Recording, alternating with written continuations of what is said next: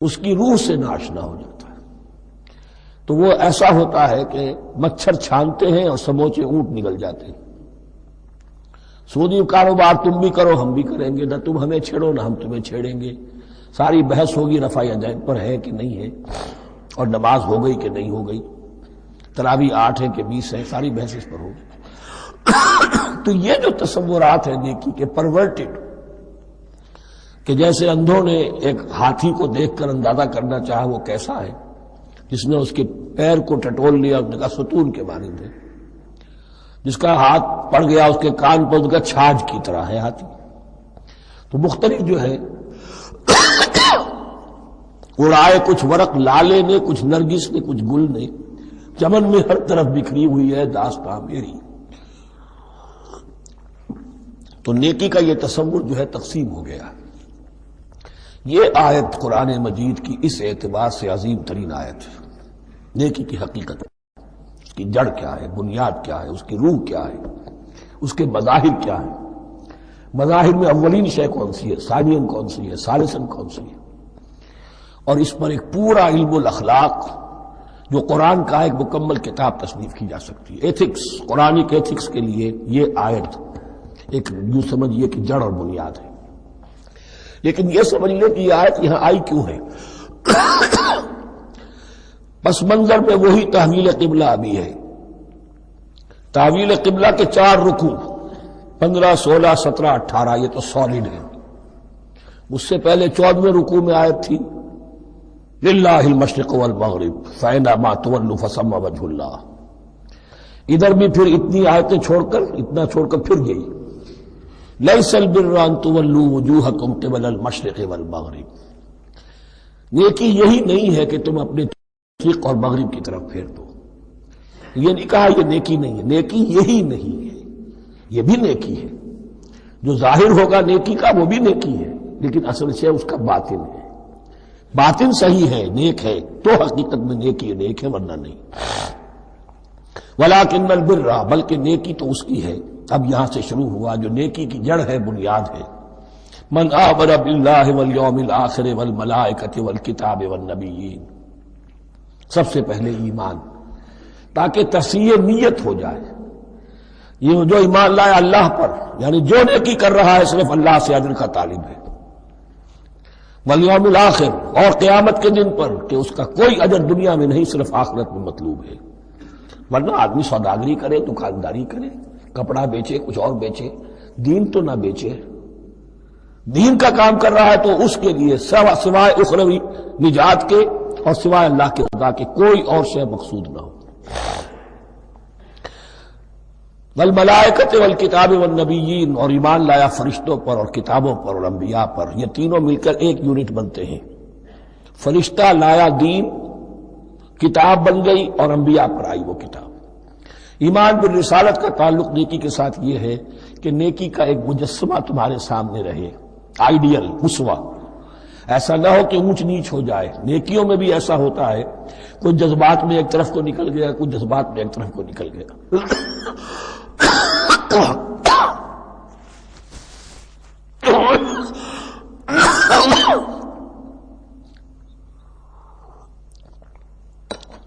اس گمراہی سے بچنے کی ایک ہی شکل ہے کہ ایک مجسمہ مکمل، ایک اسوہ کاملہ سامنے ہو جس میں معتدل ہو تمام چیزیں، اور وہ ہمارے لیے اسوہ کاملہ محمد الرسول اللہ کی شخصیت ہے۔ نیکی کے ظاہر کے لیے ہم انہیں معیار سمجھیں گے، جو شے جتنی ان کی سیرت میں ہے اس سے زیادہ نہ ہو، اس سے کم نہ ہو۔ کوشش یہ ہو، آئیڈیل یہ ہو کہ بالکل انسان حضور صلی اللہ علیہ وسلم کے اسوہ کاملہ کی پیروی کرے۔ ولیکن البر من آمن باللہ والیوم الآخر والملائکۃ والکتاب والنبیین وآتى المال علی حبہ ذوی القربى والیتامى والمساکین وابن السبیل، اور دیا اس نے مال یا دے وہ مال اس کی محبت کے علی الرغم، علی حبہ اللہ کی طرف نہیں ہے، علی حب المال، علی الرغم مال محبوب ہے پھر بھی وہ خرچ کر رہا ہے، ذوی القربہ قرابت داروں پر، والیتامى یتیموں پر، والمساکین محتاجوں پر، وابن السبیل مسافر پر، والسائلین اور مانگنے والوں پر، وفی الرقاب اور لوگوں کی گردنیں چھڑانے میں۔ گویا کہ نیکی کے مظہر میں اولین مظہر یہ ہے انسانی ہمدردی. اگر یہ نہیں ہے تو نیکی نہیں ہے. عبادات کے انبار لگے ہوں اور دل میں شقاوت ہو، انسان کو حاجت میں دیکھ کر دل نہ پسیجے، کسی کو تکلیف میں دیکھ کر تجوری کی طرف ہاتھ نہ بڑھے حالانکہ تجوری میں مال موجود ہو، تو وہ دین کی روح سے بالکل خالی ہے. یا آپ سورہ آل عمران میں پڑھیں گے لن تنالوا البر حتى تنفقوا مما تحبون، تم نیکی کے مقام کو پہنچ ہی نہیں سکتے جب تک کہ خرچ نہ کرو اس میں سے جو تمہیں پسند ہے.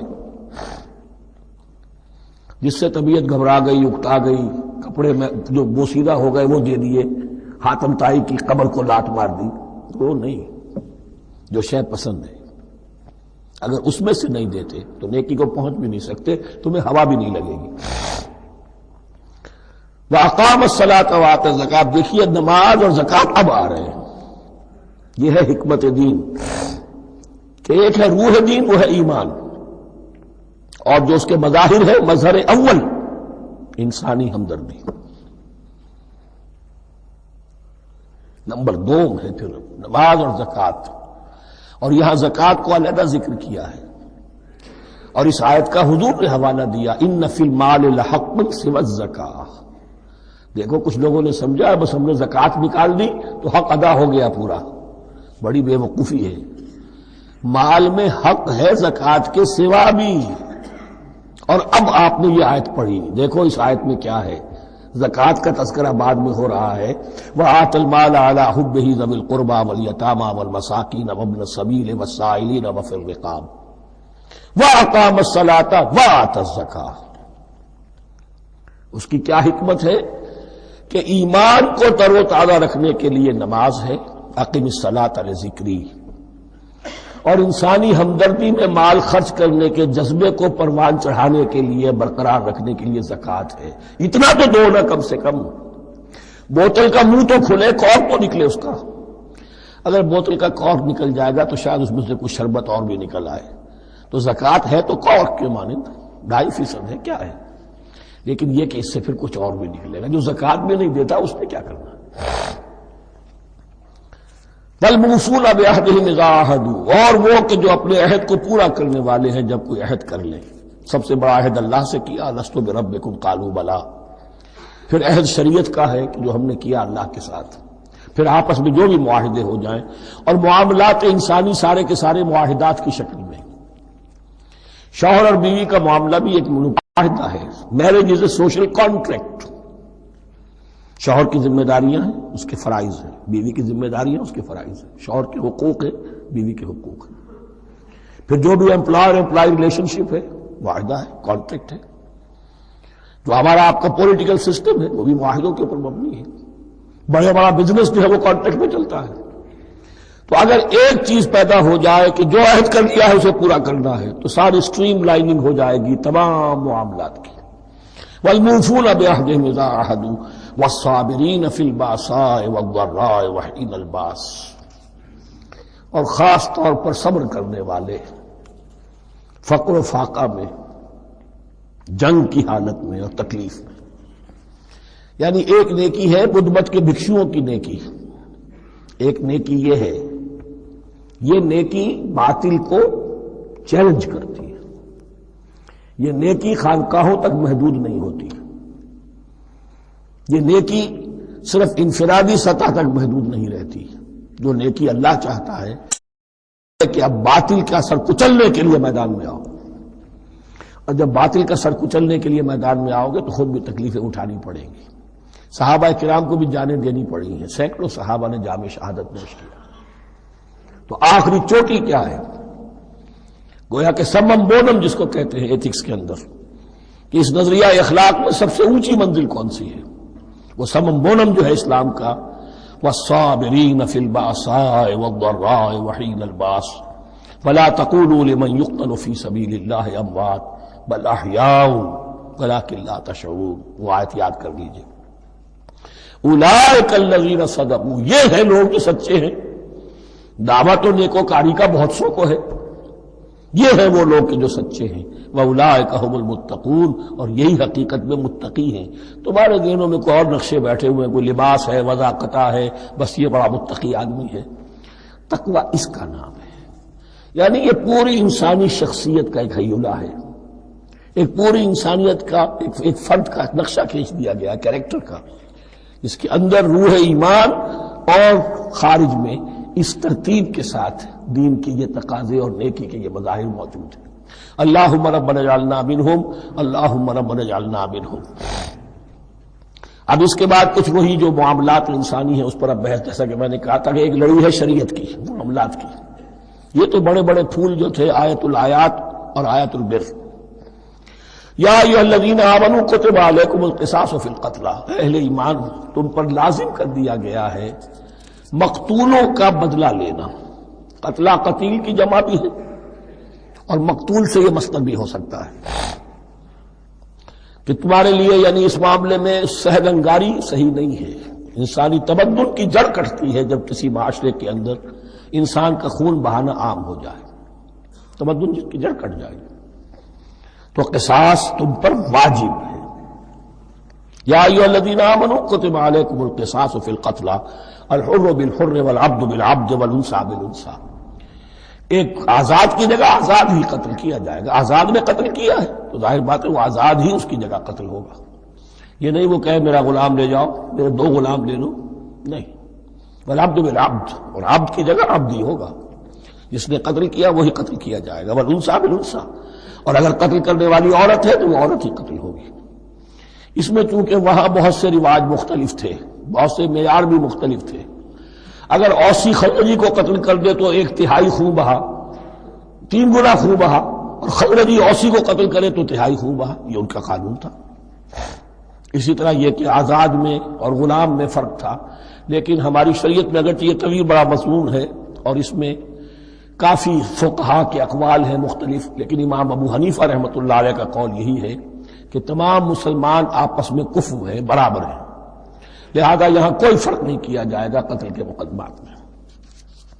فمن عفی لہ من اخیہ شیء فاتباع بالمعروف واداء الیہ باحسان، پھر جس کو معاف کر دیا جائے کوئی شے اس کے بھائی کی جانب سے، یعنی جو مقتول ہے اس کے ورثاء اگر کہتے صاحب ہم اس کی جان بخشنے کو تیار ہیں، چاہے وہ خون بہا لے لیں یا ویسے ہی معاف کر دیں، تو جو بھی کچھ خون بہا طے ہوا ہو اداء الیہ باحسان فاتباع بالمعروف، تو اس کی پیروی کی جائے معروف طریقے پر اور ادائی کی جائے خوبصورتی کے ساتھ۔ ذالک تخفیف من ربکم ورحمہ، یہ تمہارے رب کی طرف سے تخفیف ہے، آسانی کی ہے اور رحمت ہے، اور اس کی رحمت ہونا بہت واضح ہے۔ اگر یہ شکل نہ ہو تو پھر قتل در قتل کا سلسلہ جو ہے وہ جاری رہتا ہے، لیکن اگر یہ ہو گیا کہ قاتل کو لا کے سامنے کھڑا کر دیا، لو بھائی اب تمہارے ہاتھ میں اس کی جان ہے، چاہو تو یہ قتل کر دیا جائے گا، چاہو احسان کرنا چاہو بخشنا چاہو ویسے ہی بخش دو، چاہو تو خون بہا لے لو۔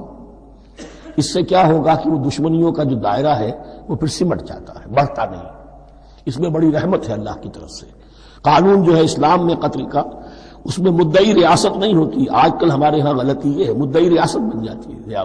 یہ مدعی ہوتا ہے یہاں پر جو بھی مقتول کے ورثاء ہیں، اور کسی کو صدر کو کیا، صدر کے باپ کو بھی اختیار نہیں ہے کہ کسی قاتل کو معاف کرتے ہیں۔ قاتل کو معاف کرنے کا جو اختیار ہے وہ صرف مقتول کے ورثاء کو ہے، کوئی صدر نہیں کر سکتا۔ ہمارے دستور میں ہے، پوری شرع پوری شک موجود ہے۔ فمن اعتدی بعد ذلک فلہ عذاب علیم، اور جو اس کے بعد بھی حد سے تجاوز کرے گا تو اس کے لیے دردناک اور بہت بڑا عذاب ہوگا۔ وَلَكُمْ فِي الْقِصَاصِ حَيَاةٌ يَا أُولِي الْأَلْبَابِ لَعَلَّكُمْ تَتَّقُونَ، اور اے ہوش مندو قصاص میں زندگی ہے تمہارے لیے۔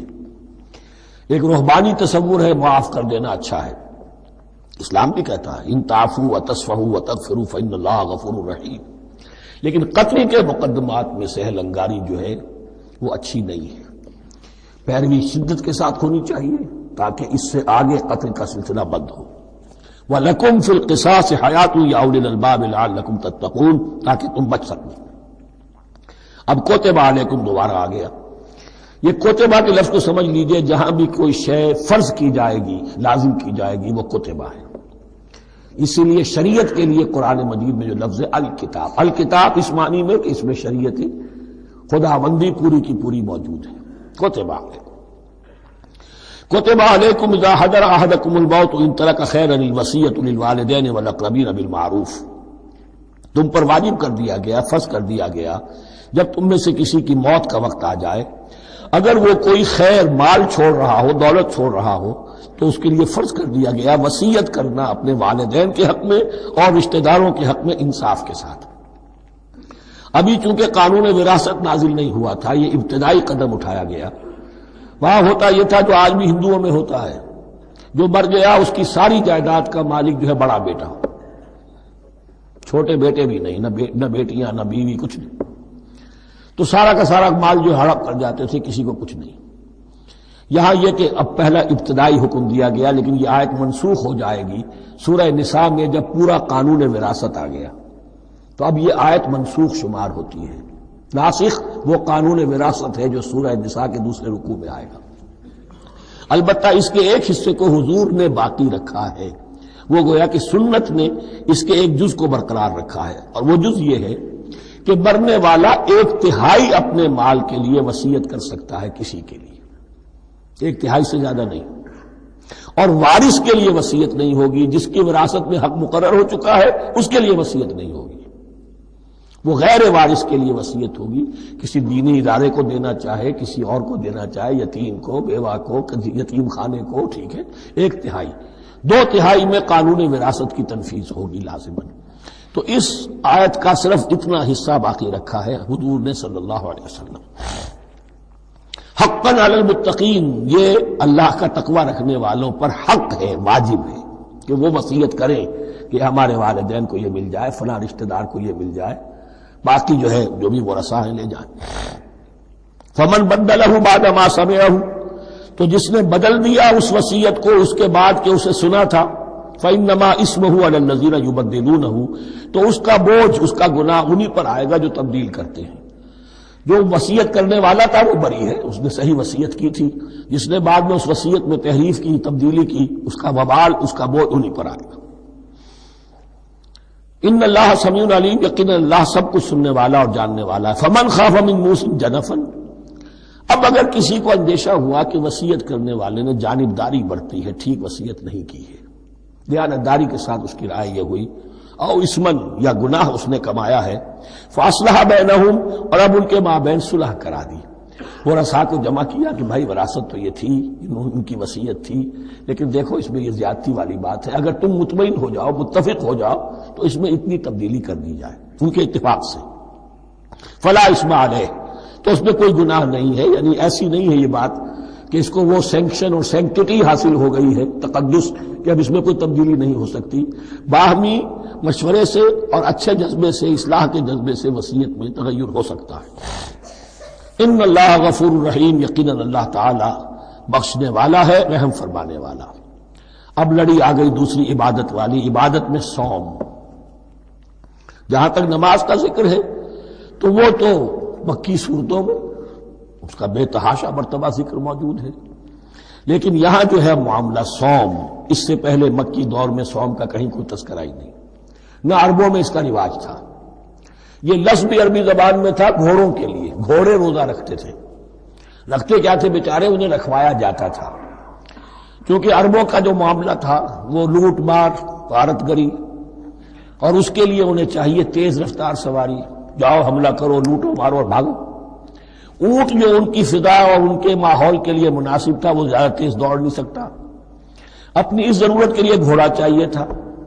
گھوڑے میں عرب کا سخت موسم برداشت کرنے کی عادت نہیں، نازک جانور ہے، وہ پیاسا تو نہیں رہ سکتا 7 دن تک جیسے کہ اونٹ رہ سکتا ہے، بھوکا نہیں رہ سکتا، وہ لو کے تھپیڑے نہیں برداشت کر سکتا، لہذا عرب اس کو رکھواتے تھے روزہ، کھانا پینا بند کیا اور اس کے جو ہے منہ کر کے کھڑے ہو گئے جب گرم تیز ہوا چل رہی ہے، خود تو اپنے آپ کو لپیٹ لیا اپنے گھٹنے میں، گھترا کہلاتا ہے وہ جو بھی کپڑا اوپر ہوتا ہے، اور وہ اس گھوڑے کو جو ہے وہ ساری آگ اس پر برس رہی ہے تاکہ اس میں عادت پیدا ہو جائے جھیلنے کی، برداشت کرنے کی، تو جنگ کے موقع پر کہیں یہ دغا نہ دے جائے، اگر یہ ہمت ہار گیا تو اس کا تو کیا کیا جائے گا، تو اصل میں سوار ہے جو مارا گیا۔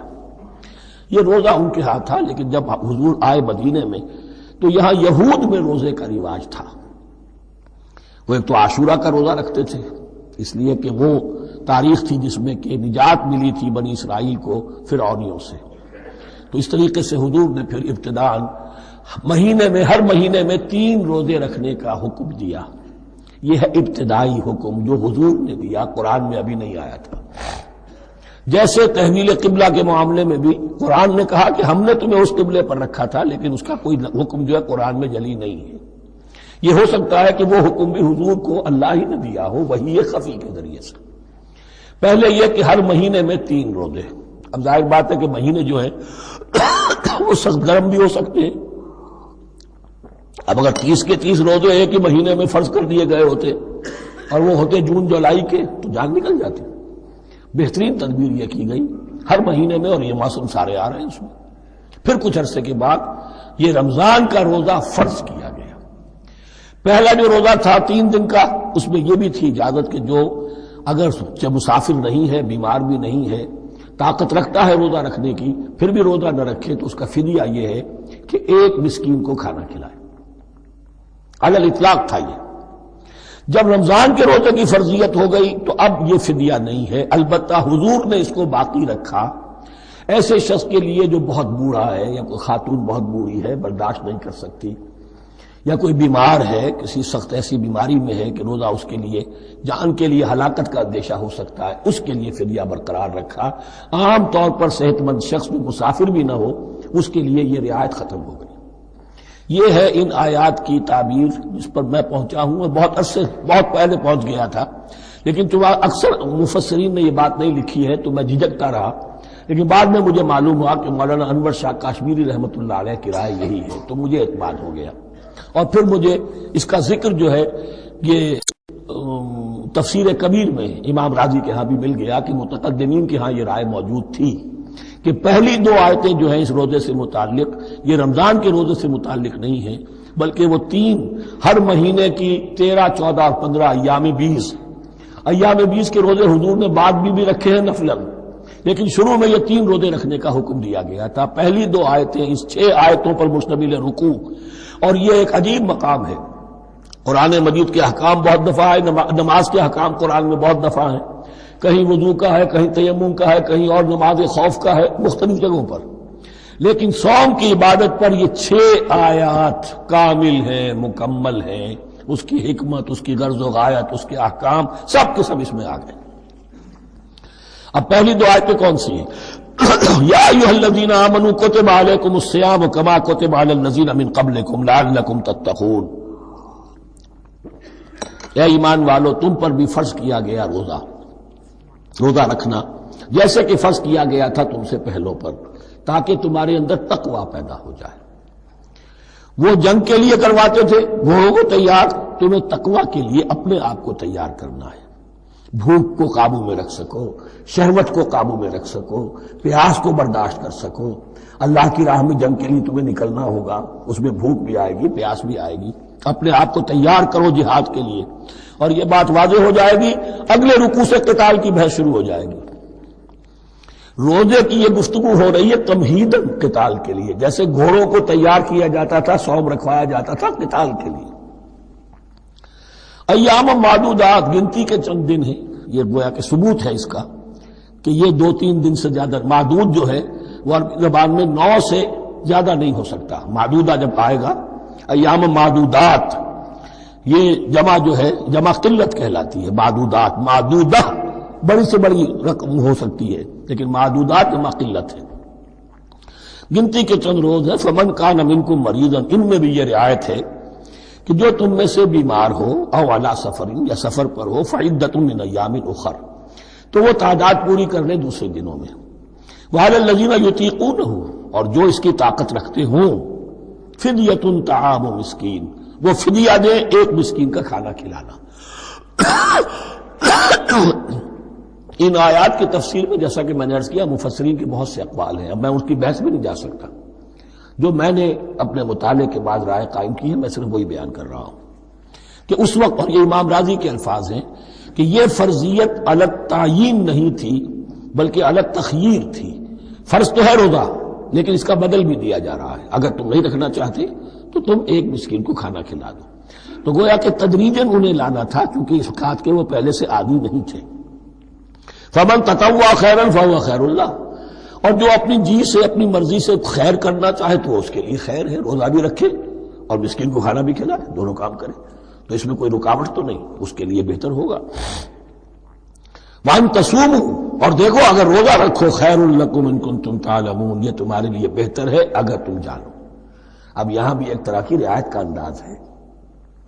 یہ دو آیتیں ہیں میرے نزدیک وہ پہلا حکم جو دیا گیا اور جو تھا اصل میں جس کے تحت کہ حضور صلی اللہ علیہ وسلم نے، میں شاید مغالطے میں یہ کہہ بیٹھا ہوں کہ قرآن مجید میں نہیں آیا، حضور نے خود کیا ہے، ان آیات سے در حقیقت حضور نے ہر مہینے میں 3 دن کے روزے، جو یا تو یہ کہ ان آیتوں کے بعد اور یا یہ کہ حضور نے اپنے طور پر کر دیے تھے، ان آیات نے اس کی توثیق کر دی۔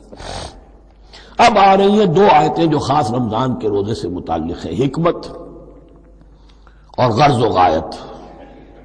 پھر ایک آیت طویل آئے گی احکام، اور پھر ایک آیت آئے گی لٹمس ٹیسٹ۔ یہ 6 آیتیں۔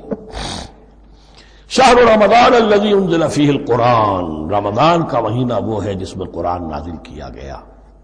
ھدی للناس وبینات من الھدی والفرقان، لوگوں کے لیے ہدایت اور ہدایت کی بھی روشن بینات باتیں، والفرقان اور حق و باطل میں فرق کر دینے والی چیز۔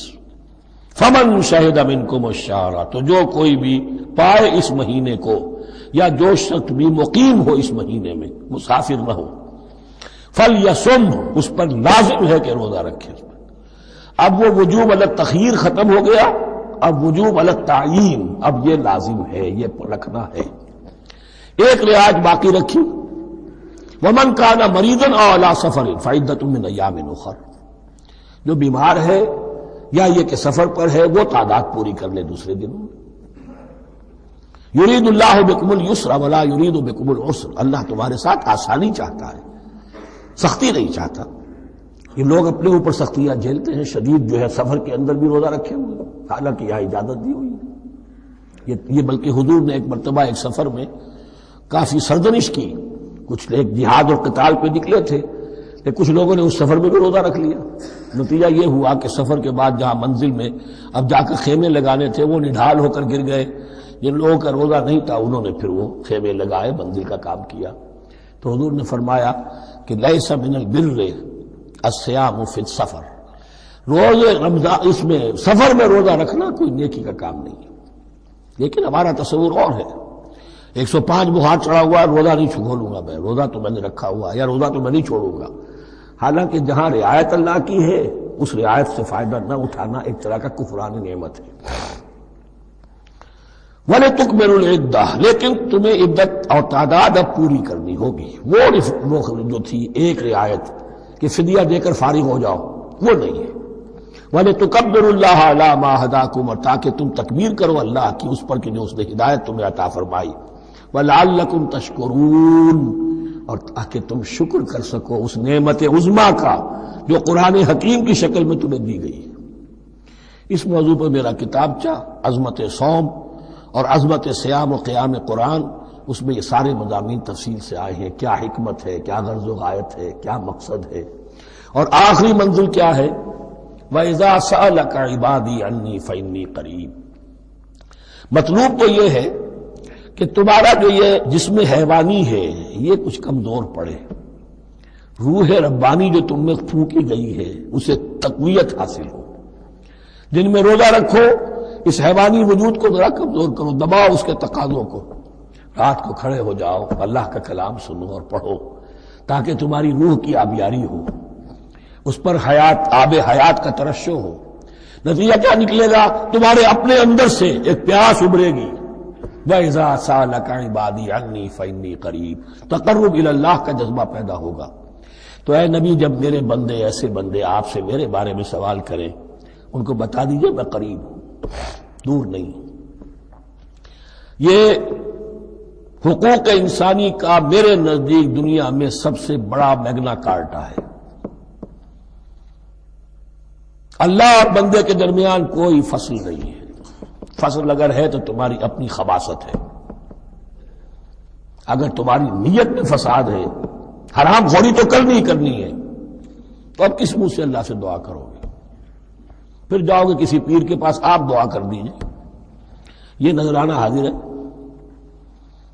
یہ طریقہ کیا ہے؟ انسان کا نفس حائل ہے اور کوئی نہیں، ورنہ ہم تو مائل بے کرم ہیں، کوئی سائل ہی نہیں، راہ دکھنا ہے کسی رہنمی منزل ہی نہیں، کوئی پوپ نہیں، کوئی پنڈت نہیں، کوئی پادری نہیں، کوئی پیر نہیں، کوئی نہیں، جب چاہو اللہ سے ہم کلام ہو جاؤ۔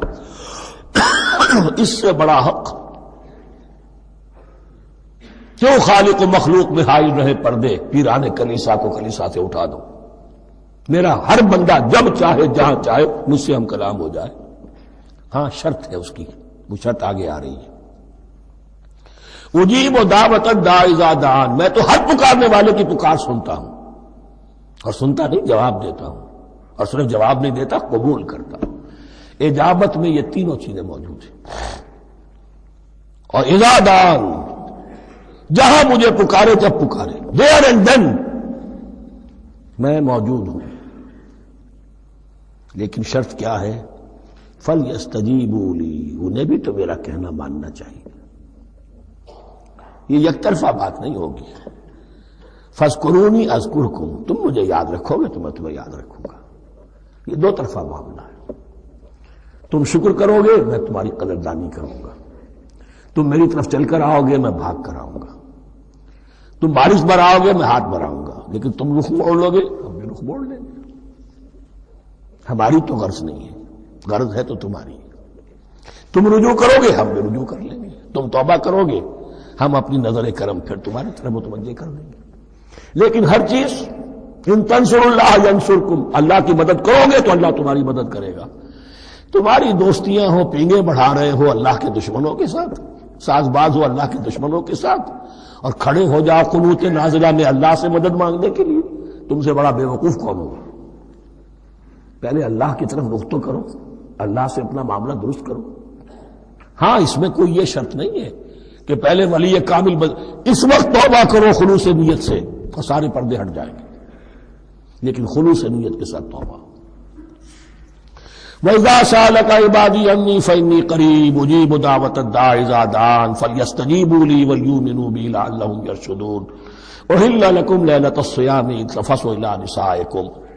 اب یہ ہے احکام کی آیت، بڑی طویل ہے، چونکہ یہود کے ہاں شریعت میں روزہ جو ہے شروع ہو جاتا تھا شام کو ہی، اور رات بھی روزے میں شامل تھی، تو تعلق زن و شو بھی نہیں ہو سکتا، اور کوئی سحری وحری کا تصور نہیں تھا، جیسے ہی سوئے رات شروع روزہ شروع، اب اگلے دن تک غروب آفتاب تک روزہ رہے گا۔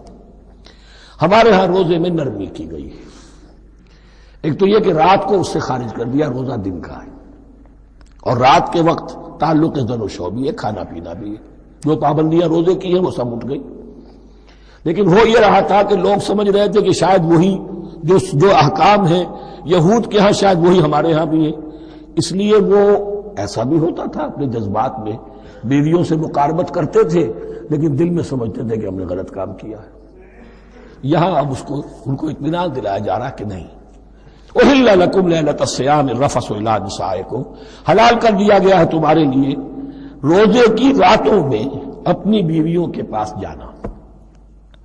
ہن لباس لکم وانتم لباس لہن، وہ پوشاک ہے تمہارے لیے، تم پوشاک ہو ان کے لیے۔ بڑا بلیغ کنایا ہے یہ، جیسے لباس میں اور جسم میں کوئی پردہ نہیں ہے، لباس ہی تو پردہ ہے نا، لباس میں اور جسم میں تو کوئی پردہ نہیں، ایسے ہی بیوی میں اور شوہر میں کوئی پردہ نہیں۔ ہن لباس لکم وانتم لباس لہن۔ ویسے بھی انسان کے اخلاق کی حفاظت کرنے والی، مرد کے اخلاق کی حفاظت کرنے والی بیوی ہے، بیوی کے اخلاق کی حفاظت کرنے والا مرد ہے۔ وہ مجھے اقبال کا شعر یاد آ رہا تھا، تعلیم نئی ہو کہ پرانی، نسوانیت زن کا نگہباں ہے فقط مرد، نہ پردہ نہ تعلیم نئی ہو کہ پرانی، نسوانیت زن کا نگہباں ہے فقط مرد۔ بہرحال ایک دونوں کے لیے وہ ایک ضرورت بھی ہے، ان کی پردہ پوشی بھی کرتے ہیں ایک دوسرے کی، اور اس طریقے سے لباس کی جو ہے اس میں کنایا کیا گیا۔ علم اللہ انکم کنتم تختانون انفسکم، اللہ کے علم میں ہے کہ تم اپنے آپ کے ساتھ خیانت کر رہے تھے۔ ایک کام کر رہے تھے جو گناہ نہیں ہے لیکن تم سمجھتے تھے گناہ ہے، تو اپنے آپ سے خیانت ہو گئی کہ نہیں؟ اصلاً وہ گناہ نہیں تھا لیکن تمہارے علم میں نہیں تھا، لیکن تم یہ سمجھتے ہوئے بھی کہ یہ ممنوع ہے اس کا ارتکاب کر رہے تھے۔ علم اللہ انکم کنتم تختارون انفسکم فتاب علیکم، تو اللہ نے تم پر نظر رحمت فرمائی، وعفا عنکم، اور بخش دیا، معاف کر دیا، جو بھی خطائیں ہو گئی ہیں وہ سب کے سب معاف سمجھو۔ فالآن باشروہن، اب ان کے ساتھ جو بھی تعلق ضرور شے ہے وہ قائم کرو، وابتغوا ما کتب اللہ لکم، اور تلاش کرو، حاصل کرو جو کچھ اللہ نے تمہارے لیے لکھ دیا ہے۔ کیا لکھ دیا؟ ایک تو اولاد، تعلق ضرور شو میں، اور ایک سکون ہے کہ جو اللہ تعالیٰ نے اس میں رکھا ہے، لِتَسْكُنُوا إِلَيْهَا، قرآن مجید میں یہ الفاظ آئے، ایک تسکین ہے، سکون ہے، اعصاب کا تناؤ جو ہے وہ اس کے بعد جو ہے اس کے اندر ایک سکون کی کیفیت پیدا ہو جاتی ہے۔ اور یہی اس میں حکمت ہے کہ حضور اپنے ہر سفر میں ہم ایک زوجہ محترمہ کو ضرور ساتھ رکھتے تھے، اس لیے کہ قائد کو، سپہ سالار کو کسی وقت بڑی ایسی یعنی پریشان کن صورتحال میں فیصلے کرنے پڑتے ہیں، جذبات پر دباؤ ہوتا ہے اور اعصاب پر دباؤ ہوتا ہے، تو ساتھ اگر کوئی اہلیہ بھی موجود ہو تو اس میں، اور اس کے بہترین مواقع سیرت میں آئے ہیں، وہ پھر کسی وقت میں بیان کروں گا۔ وابتغوا ما كتب الله لكم وكلوا واشربوا حتى يتبين لكم الخيط الابيض من الخيط الاسود من الفجر، اور کھاؤ اور پیو یہاں تک کہ واضح ہو جائے تمہارے لیے سفید دھاری فجر کی سیاہ دھاری سے، یعنی یہ پاؤں پھٹنے کے لیے استعارہ ہے کہ جب سفیدہ نمایاں ہوتا ہے ایک لکیر کی طرح، پاؤں پھٹ گئی، اس وقت تک کھانے پینے کی چھوٹ ہے، سحری جو ہے آپ کر سکتے ہیں، بلکہ کلو واشربو، کھاؤ اور پیو، اور اس کی حدیث میں تاکید آئی ہے، اور یہ بھی فرمایا ہمارے اور یہود کے روزے کے مابین سحری جو ہے وہ فرق ہے۔ تسحروا فإن فی السحور برکہ، سحری ضرور کیا کرو اس لیے کہ سحری میں برکت ہے۔ ثم اتموا الصیام الی اللیل، پھر رات تک روزے کو پورا کرو۔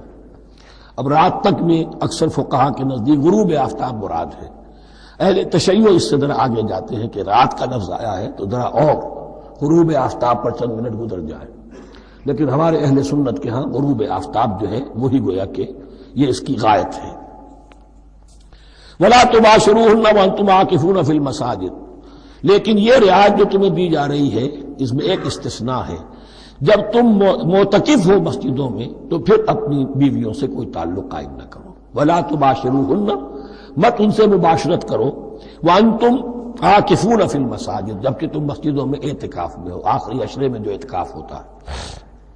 تِلْكَ حُدُودُ اللَّهِ فَلَا تَقْرَبُوهَا، یہ اللہ کی حدود ہے، ان کے قریب مت جاؤ۔ بعض جگہ پر آتا ہے فلا تعتدوها، ان حدود کو عبور نہ کرو، ان سے تجاوز نہ کرو۔ تو حرام تو یہی شے ہوگی کہ حدود سے تجاوز کیا جائے، لیکن احتیاط اس میں ہے to keep at a safe distance, ذرا دور رہو۔ آخری حد تک چلے جاؤ گے تو اندیشہ ہے کہ کہیں اس حد کو کراس نہ کر جاؤ۔ فلا تقربوها، اللہ کے حدود سے ذرا ایک سیف ڈسٹینس کے اوپر رہنا ضروری ہے۔ کذالک یبین اللہ آیاتہ للناس، اسی طرح اللہ تعالیٰ واضح کرتا ہے اپنی نشانیاں لوگوں کے لیے، لعلہم یتقون، تاکہ وہ تقوی کی روش اختیار کر سکیں، بچ سکیں۔ اب وہ لٹمس ٹیسٹ والی آیت آ گئی، تقوی کا ٹیسٹ کیا ہے؟ روزہ اس لیے فرض کیا کہ تقوی پیدا ہو جائے، یہ سارے احکام تمہیں دیے جا رہے ہیں تاکہ تمہیں تقوی پیدا ہو جائے۔ ٹیسٹ کیا ہے؟ تقوی کا لٹمس ٹیسٹ عقل حلال،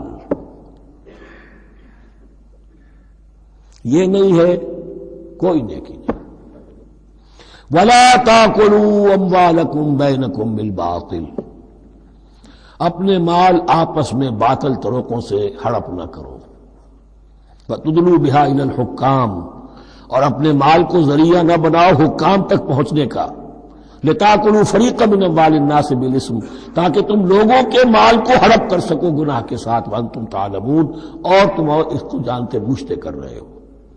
جو شخص اس معیار سے تو اس سے بعض آ گیا وہ ہے متقی، یہ لسٹمس ٹیسٹ ہے۔ ورنہ نمازوں کی تعداد، روزوں کی تعداد اور حرام کھانا تو تقوی نہیں۔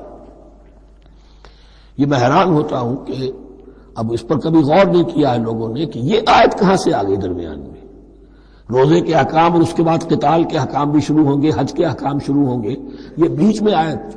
واقعہ یہ ہے کہ جیسے روزے کی حکمت کا نقطہ عروج کیا ہے، وَإِذَا سَأَلَكَ عِبَادِي عَنِّي فَإِنِّي قَرِيبٌ، روح انسانی میں ایک طلب پیدا ہو جائے تقرب اللہ کی.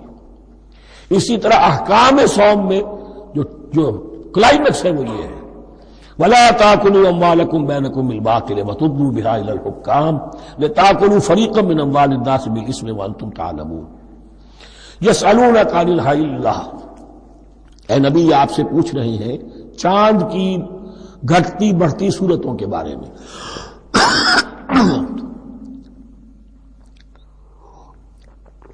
قُلْ هِيَ مَوَاقِيتُ لِلنَّاسِ وَالْحَجِّ، کہہ دیجئے یہ لوگوں کے لیے ایک اوقات کا تعین ہے، کیلنڈر ہے، اور حج کے لیے. اب دیکھو آپ کو معلوم ہے کہ یہ اللہ تعالیٰ نے ایک کیلنڈر لٹکا دیا ہے، معلوم ہو گیا یہ چاند پہلی تاریخ ہو گئی. کچھ دنوں کے بعد آپ نے دیکھا معلوم ہوتا ہے کہ اب ایک ہفتہ گزر گیا ہے، آدھا چاند ہو گیا ہے، 2 ہفتے ہو گئے پورا چاند ہو گیا ہے، ہم نے گھٹنا شروع کیا. تو یہ گویا کہ لوگوں کے لیے اوقات کار کی تعین کے لیے، اور خاص طور پر سب سے اہم شے حج. اور یہ نوٹ کیجئے صوم کے بعد حج، اور حج کے ساتھ قتال. حج وہ عبادت ہے جو ایک خاص جگہ پر ہو سکتی ہے، نماز ہر جگہ ہو سکتی ہے، روزہ ہر جگہ ہو سکتا ہے، عبادت اور ہر جگہ ہو سکتی ہے، اور زکوٰۃ ہر جگہ دی جا سکتی، حج تو وہی ہوگا. اور وہ تھا اس وقت زیر تسلط مشرکین کے، اور مشرکین کے تسلط سے نکالنے کے لیے قتال لازم تھا. اس قتال کے لیے صبر پہلے پیدا ہونا ضروری ہے. جو گھوڑوں کو روزہ رکھواتے تھے پہلے خود روزہ رکھو. یہ ترتیب ہے، ربط ہے. صوم کے احکام فوراً حج اور قتال کے احکام. یسألونک عن الأہلة قل هی مواقیت للناس والحج وليس البر بأن تأتوا البیوت من ظہورها ولكن البر من اتقى. اور یہ کوئی نیکی نہیں ہے کہ تم گھروں میں ان کی پشت پر سے داخل ہو، بلکہ نیکی تو اس کی ہے جس میں تقوی ہے. یہ اصل میں ان کے ہاں ایک رواج تھا، کیونکہ حج تو ہو رہا تھا ایام جاہلیت میں بھی، اس کے مناسک کی بگڑی ہوئی شکلیں بھی موجود تھیں، کچھ ترمیمیں انہوں نے کر دی تھی. یہ حج تو تھا ان کا. وہ یہ کرتے تھے جب گھر سے مکے سے نکل گئے احرام باندھ کر، اب اگر کسی ضرورت سے گھر واپس جانا پڑ گیا تو سمجھتے تھے کہ احرام باندھ کر نکل آئے ہیں، اب دروازے سے تو نہیں جا سکتے، گھسیں گے کہیں پیچھے سے کہیں اوپر سے پھاند کر دیوار آئیں گے، اور اسے سمجھتے تھے بڑا تقویٰ ہے. یہ فرمایا یہ کوئی نیکی کی بات نہیں، یہ سرے سے نیکی نہیں. وَلَيْسَ الْبِرُّ، یہ ہرگز نیکی نہیں ہے ان تأتوا البیوت من ظہورها کہ تم ان کے تم گھروں میں داخل ہو ان کے پچھواڑے سے. وَلَكِنَّ الْبِرَّ مَنِ اتَّقَىٰ. اب یہاں اس پوری آیت کو ذہن میں رکھ لیجئے. آیت البر کے آخر میں لفظ تھا وَأُولَٰئِكَ هُمُ الْمُتَّقُونَ وَلَكِنَّ الْبِرَّ مَنِ اتَّقَىٰ. گویا کہ وہ پورا تصور جو ہے یہاں پر جو آیا بر میں آ چکا ہے، اس کو اس لفظ کے حوالے سے اس پورے تصور کو پھر آپ کے ذہن میں تازہ کر دیا. وَأْتُوا الْبُيُوتَ مِنْ أَبْوَابِهَا، گھروں میں داخل ہو ان کے دروازوں سے. وَاتَّقُوا اللَّهَ لَعَلَّكُمْ تُفْلِحُونَ، اور اللہ کا تقوی اختیار کرو تاکہ تم فلاح پاؤ. وَقَاتِلُوا فِي سَبِيلِ اللَّهِ الَّذِينَ يُقَاتِلُونَكُمْ. لیجئے قتال آ گیا. اب یہ تیسری کڑی آ گئی نا. ایک لڑی عبادات کی، ایک لڑی معاملات کی، ایک لڑی انفاق کی، ایک لڑی قتال کی، یہ چوتھی کڑی ہے. وَقَاتِلُوا فِي سَبِيلِ اللَّهِ الَّذِينَ يُقَاتِلُونَ، اللہ قتال کرو اللہ کی راہ میں ان سے جو تم سے قتال کر رہے ہیں. وَلَا تَعْتَدُوا، لیکن حد سے تجاوز نہ کرو. إِنَّ اللَّهَ لَا يُحِبُّ الْمُعْتَدِينَ، اللہ تعالی حد سے تجاوز کرنے والوں کو پسند نہیں کرتا. وَاقْتُلُوهُمْ حَيْثُ ثَقِفْتُمُوهُمْ، انہیں قتل کرو جہاں بھی پاؤ. وَأَخْرِجُوهُمْ مِنْ حَيْثُ أَخْرَجُوكُمْ، اور نکالو انہیں وہاں سے جہاں سے انہوں نے تمہیں نکالا ہے. مہاجرین کہاں سے نکالے گئے تھے؟ مکے سے. محمد الرسول اللہ پر وہاں پر حیات تنگ کر دی گئی تھی، قافیہ تنگ کر دیا گیا تھا، تبھی تو آپ نے ہجرت کی. نکالو انہیں وہاں سے جہاں سے انہوں نے تمہیں نکالا ہے. وَالْفِتْنَةُ أَشَدُّ مِنَ الْقَتْلِ، اور یہ خیال نہ رہے کہ قتل اور خون ریزی جو ہے تو بری بات ہے، فتنہ اس سے بھی زیادہ بری بات ہے. فتنہ کیا ہے؟ ایسے حالات جن میں کہ انسان اللہ خدائے واحد کی بندگی نہ کر سکے، اسے غلط کاموں پر مجبور کیا جائے، حرام خوری پر مجبور ہو گیا ہو، یہ سارے حالات فتنہ ہیں۔ تو قتل اور خونریزی اتنی بری شے نہیں ہے جتنی فتنہ، والفتنة اشد من القتل۔ ولا تقاتلوهم عند المسجد الحرام حتى يقاتلوكم فيه، ہاں مسجد حرام وہ چونکہ اسے تو امن کی جگہ بنا دیا گیا ہے، ان سے جنگ مت کرو مسجد حرام کے پاس جو بھی حرم کا علاقہ ہے، حتى يقاتلوكم، یہاں تک کہ وہ خود تم سے قتال کریں اس میں، فإن قاتلوكم، پھر اگر وہ تم سے قتال کرتے جنگ کرتے ہیں، فاقتلوهم، تو قتل کرو انہیں، كذلك جزاء الكافرين، یہی بدلہ ہے کافروں کا۔ فإن انتهوا، پھر اگر وہ باز آ جائیں، فلا عدوان الا على الظالمین، تو کوئی زیادتی جائز نہیں ہے مگر ظالموں پر۔ الشہر الحرام بالشہر الحرام، شہر حرام کا بدلہ ہے شہر حرام، یعنی اگر انہوں نے اشہر حرم کی بے حرمتی کی ہے تو اس کے بدلے میں یہ نہیں ہوگا کہ ہم تو ہاتھ باندھ کے کھڑے رہیں کیونکہ تو اشہر حرم ہے۔ ایک ہے حرم زمین، ایک ہے اشہر حرم، 4 مہینے، 3 حج کے لیے ان کے ہاں تھے اور 1 عمرے کے لیے، یہ 4 مہینے تھے کہ ان کے دوران ان کے ہاں یہ طے تھا کوئی خونریزی کوئی جنگ نہیں ہوگی، اپنے باپ کے قاتل کو بھی پالیں گے تو اس میں قتل نہیں کریں گے۔ تو ایک مقام ہے حرم، اس میں جنگ حرام، اور ایک وہ مہینے ہیں ان میں جنگ حرام۔ لیکن اگر کفر اقدام کرے تو اب یہ نہیں کہ ہاتھ پاؤں باندھ کے اپنے آپ کو پیش کر دیا جائے، نہیں، پھر جوابی کارروائی میں اگر تمہیں بھی اس کی بے حرمتی کرنی پڑے تو اس کا وبال بھی ان پر ہوگا۔ جی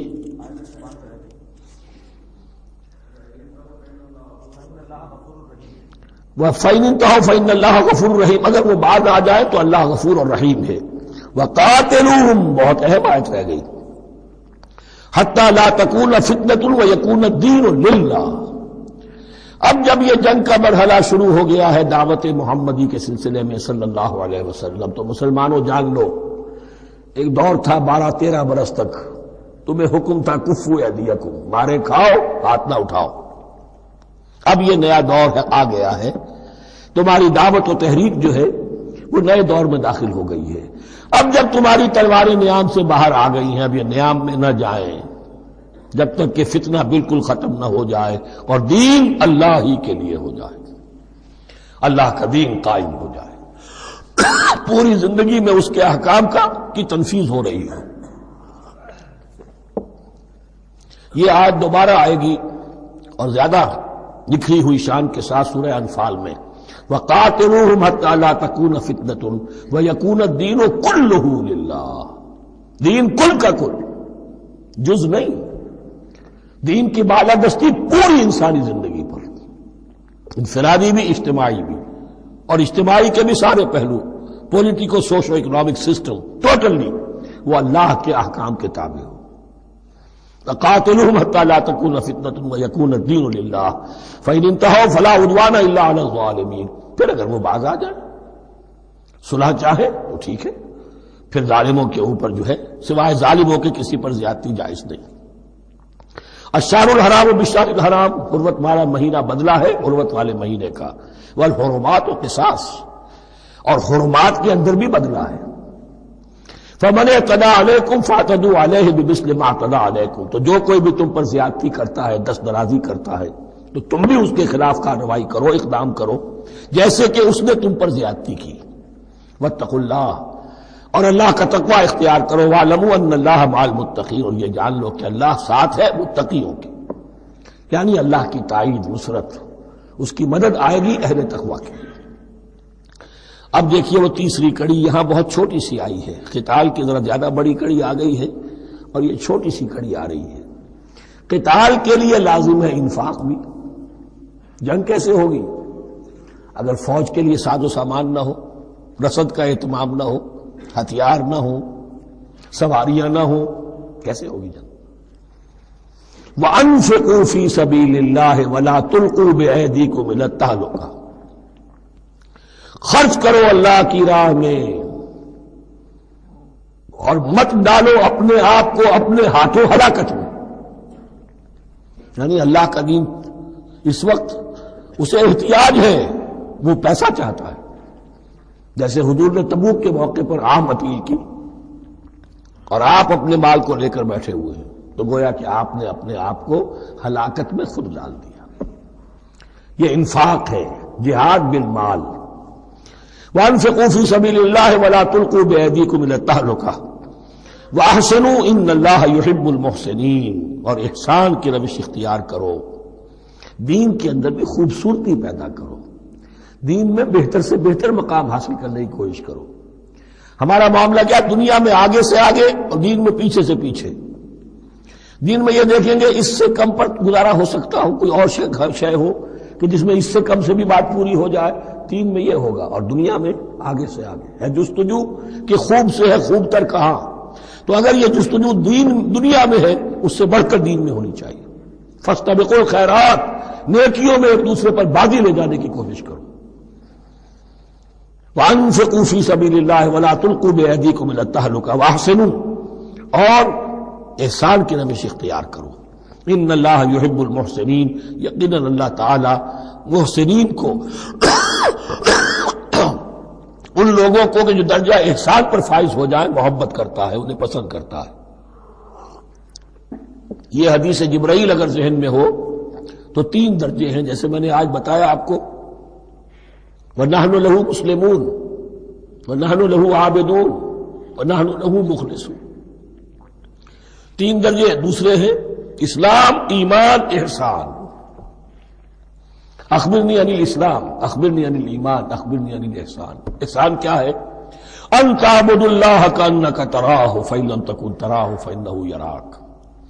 یہ سارے کام جو دین کے لیے کیے جا رہے ہوں، عبادت ہے، جہاد ہے، قتال ہے، ایسی کیفیت میں، ایسے اخلاص کے ساتھ، گویا کہ تم اپنی آنکھوں سے اللہ کو دیکھ رہے ہو. اور اگر تم اللہ کو نہیں دیکھ رہے تو کم سے کم یہ کیفیت تو تمہاری ہو جائے کہ تمہیں مستحضر رہے کہ اللہ تمہیں دیکھ رہا ہے. یہ احسان ہے. واحسنوا، عام طور پر اس کا ترجمہ اس انداز میں نہیں کیا گیا ہے، اس کو اچھی طرح سمجھ لیجئے. ویسے یہ مضمون کھل کر آئے گا سورہ مائدہ میں. ان اللہ یحب المحسنین، یقیناً اللہ تعالی محسنین کو پسند کرتا ہے.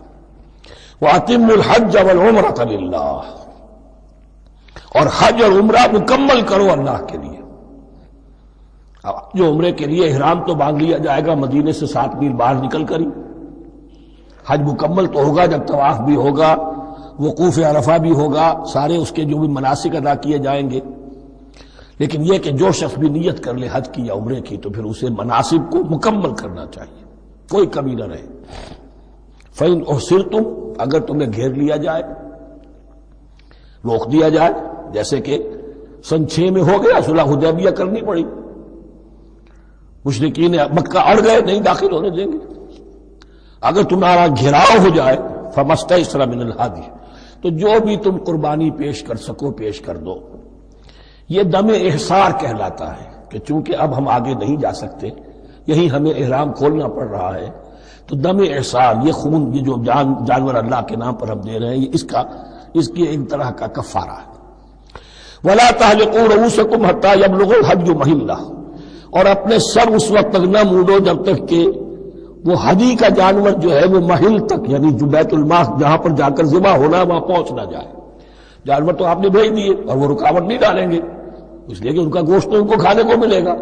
لہذا جانور، لیکن یہ اندازہ کر لو کہ اب اتنا وقت گزر گیا ہے کہ وہ ہدی قربانی کا جانور جو ہے وہ پہنچ گیا ہوگا. ہدیم بالغ الکعبہ، وہ وہاں پر اس کی اپنے مقام پر پہنچ گیا. فمن کان منکم مریضا او بہ اذى من راسہ، تو جو کوئی بھی تم میں سے ہو بیمار یا اس کے سر میں کوئی تکلیف ہو، کوئی زخم ہو، اور اس کی وجہ سے یہ ہے کہ وہ حجامت کرانی ضروری ہو جائے، بال کاٹنے ضروری ہو جائیں، ففدیۃ من صیام او صدقۃ او نسک، تو پھر فدیہ دینا پڑے گا. اگر اس ہدی کے جانور کے کعبے تک پہنچنے سے پہلے تمہیں اپنے بال کاٹنے پڑے، حجامت کرانی پڑی، تو فدیہ ہوگا. یہ جو ہے دم جنایت کہلاتا ہے، یعنی ایک تو کمی رہ گئی ہے اس کی تلافی کے لیے.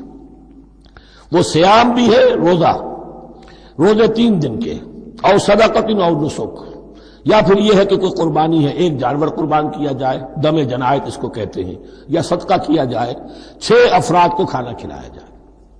فَإِذَا أَمِنْتُمْ، پھر جب تمہیں امن حاصل ہو اور تم سیدھے جا سکتے ہو، بیت اللہ پہنچ سکتے ہو، فمن تمتع بالعمرۃ الی الحج فما استیسر من الحج، تو جو کوئی بھی فائدہ اٹھائے عمرے سے حج سے قبل، فما استیسر من الحج، تو وہ ایک اور قربانی پیش کرے جو بھی اسے میسر ہو۔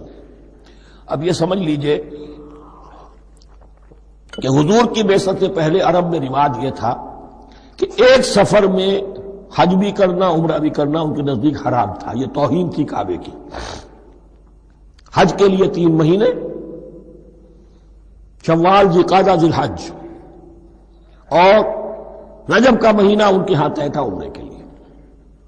عمرے کے لیے علیحدہ سفر کرو، اس کے لیے علیحدہ سفر کرو۔ لیکن شریعت محمدی میں جو آسانیاں کی گئی ہیں وہ یہ ہیں کہ ایک شخص، چونکہ اس ملت کو پھیلنا تھا بہت طویل علاقے پر، لوگوں کے لیے سفر آسان تو نہیں تھا، تو آپ ایسا کر سکتے ہیں کہ آپ جائیں اور عمرہ بھی کر لیں، حج بھی کر لیں۔ ایک شکل یہ ہے کہ عمرہ کیا، احرام کھول دیا، اور پھر حج کا وقت آیا 8ویں ذی الحج کو تو پھر احرام باندھے، وہ حج کا احرام ہو گیا۔ اسے کہتے ہیں تمتع۔ ایک یہ ہے کہ حج کے لیے احرام باندھا تھا، جاتے ہی عمرہ بھی کر لیا لیکن احرام کھولا نہیں، اسی احرام میں جاری رکھ کر اسے، اور اسی میں حج بھی کر لیا۔ یہ قران کہلاتا ہے، جمع کر دیا ایک ہی احرام میں عمرے کو بھی اور حج کو بھی۔ ایک افراد کہلاتا ہے، بس ایک کے لیے صرف حج کا معاملہ شروع سے۔ تو یہاں تمتع کی جو ہمیں اجازت دی گئی ہے اس کے لیے، جسے دم شکر کہتے ہیں حضرت امام ابو حنیفہ، یہ شکرانہ ہے کہ ہم ایک قربانی دیں۔ لیکن امام شافعی کے نزدیک یہ بھی دم جنایت ہے، یہ بھی جبر ہے۔ چنانچہ امام ابو حنیفہ کے نزدیک یہ قربانی جو دی جاتی ہے اس کا گوشت قربانی دینے والا بھی کھا سکتا ہے 1/3 کے درجے میں، لیکن امام شافعی کے نزدیک نہیں، یہ ایک صدقے کے اور اس کے دم جنایت کے قریب کی شے ہے، اس کا گوشت جو ہے قربانی دینے والا خود نہیں کھا سکتا۔ فمن لم یجد، اب اگر کسی کے پاس نہیں ہے یہ ہدیہ پیش کرنے کو، فصیام 3 ایام فی الحج، تو اب اس پر لازم ہے کہ حج میں 3 روزے رکھے، 7ویں، 8ویں اور 9ویں ذی الحج کو روزہ رکھے ایام حج میں۔ 10ویں کا روزہ نہیں ہو سکتا، وہ عید کا دن ہے، یوم النحر ہے۔ وسبعۃ اذا رجعتم، اور 7 روزے رکھو جبکہ تم واپس چلے جاؤ اپنے گھروں میں جا کر 7 روزے رکھو۔ تلک عشرۃ کاملہ، یہ 10 روزے ہوں گے مکمل۔ ذالک لمن لم یکن اہلہ حاضر المسجد الحرام، لیکن یہ رعایت کہ حج اور عمرہ ایک ہی سفر میں کر لیا جائے اور ایک ہی احرام میں کر لیا جائے یا 2 احراموں میں کیا جائے، یا یہ کہ ان دونوں کو جمع کرنے کی شکل جو ہے، یہ ایک رعایت ہے کن کے لیے؟ ذالک لمن لم یکن اہلہ حاضر المسجد الحرام، جس کے اہل و عیال مسجد حرام کے قریب نہیں رہتے، دور سے آ رہے ہیں، تو ظاہر بات ہے کہ ان کے لیے رعایت ہوگی۔ واتقوا اللہ، اللہ کا تقوی اختیار کرو، وعلموا، اور جان لو، ان اللہ شدید العقاب، یقیناً اللہ تعالی سزا دینے میں بھی بہت سخت ہے۔ بارک اللہ لی ولکم فی القرآن العظیم ونفعنی وإیاکم بالآیات والذکر الحکیم۔